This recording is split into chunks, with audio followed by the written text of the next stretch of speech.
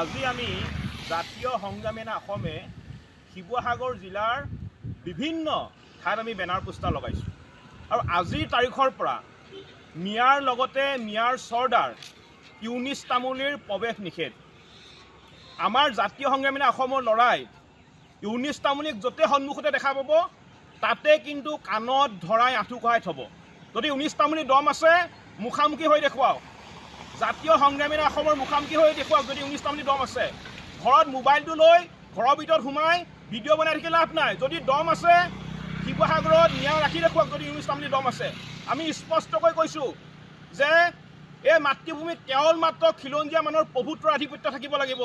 ইয়াত কোনো কাৰণতে মিয়াৰ দমভালি নচলিব আৰু মিয়াৰ হৈ ওকালতি কৰা এটাকো কোনো কাৰণতে আমি শুধাই নেৰোঁ। আমি জাতিৰ কাৰণে মৰিবলৈ আৰু মাৰিবলৈ ভয় নকৰোঁ আৰু এইবিলাক বাঘ হেনা নে মেকুৰী হেনা এইবিলাকৰ কোনো কাম নাই।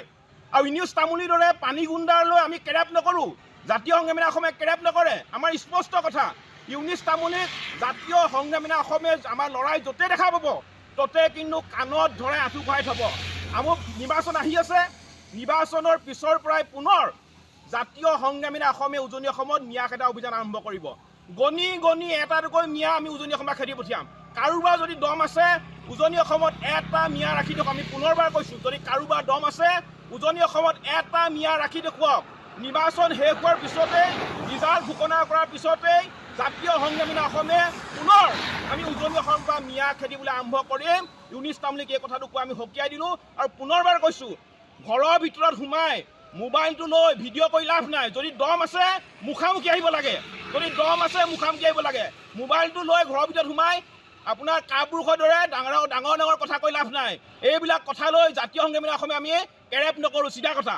আজি আমি জাতীয় সংগ্ৰামী অসমে শিৱসাগৰ জিলাৰ বিভিন্ন ঠাইত আমি বেনাৰ পোষ্টাৰ লগাইছোঁ আৰু আজিৰ তাৰিখৰ পৰা মিয়াৰ লগতে মিয়াৰ চৰ্দাৰ ইউনিছ তামুলীৰ প্ৰৱেশ নিষেধ।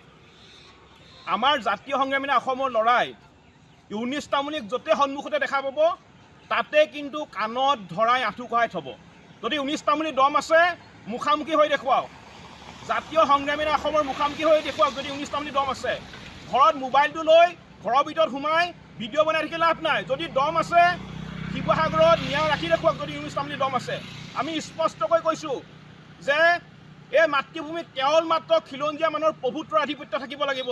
ইয়াত কোনো কাৰণতে মিয়াৰ দমভালি নচলিব আৰু মিয়াৰ হৈ ওকালতি কৰা এটাকো কোনো কাৰণতে আমি শুধাই নেৰোঁ।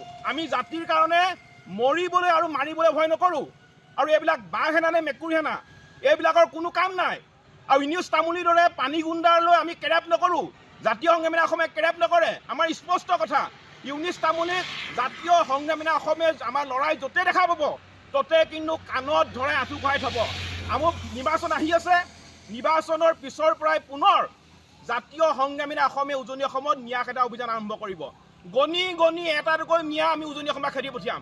কাৰোবাৰ যদি দম আছে উজনি অসমত এটা মিয়া ৰাখি দিয়ক। আমি পুনৰবাৰ কৈছোঁ, যদি কাৰোবাৰ দম আছে উজনি অসমত এটা মিয়া ৰাখি দেখুৱাওক। নিৰ্বাচন শেষ হোৱাৰ পিছতে, ৰিজাল্ট ঘোষণা কৰাৰ পিছতেই জাতীয় সংগ্ৰামী অসমে পুনৰ আমি উজনি অসমৰ পৰা মিয়া খেদিবলৈ আৰম্ভ কৰিম। ইউনিছ তামুলীক এই কথাটো কোৱা আমি সকীয়াই দিলোঁ আৰু পুনৰবাৰ কৈছোঁ, ঘৰৰ ভিতৰত সোমাই মোবাইলটো লৈ ভিডিঅ' কৰি লাভ নাই। যদি দম আছে মুখামুখি আহিব লাগে। যদি দম আছে মুখামুখি আহিব লাগে। মোবাইলটো লৈ ঘৰৰ ভিতৰত সোমাই আপোনাৰ কাপুৰুষৰ দৰে ডাঙৰ কথা কৈ লাভ নাই। এইবিলাক কথা লৈ জাতীয় সংগ্ৰামী অসমে আমি কেৰেপ নকৰোঁ, চিধা কথা।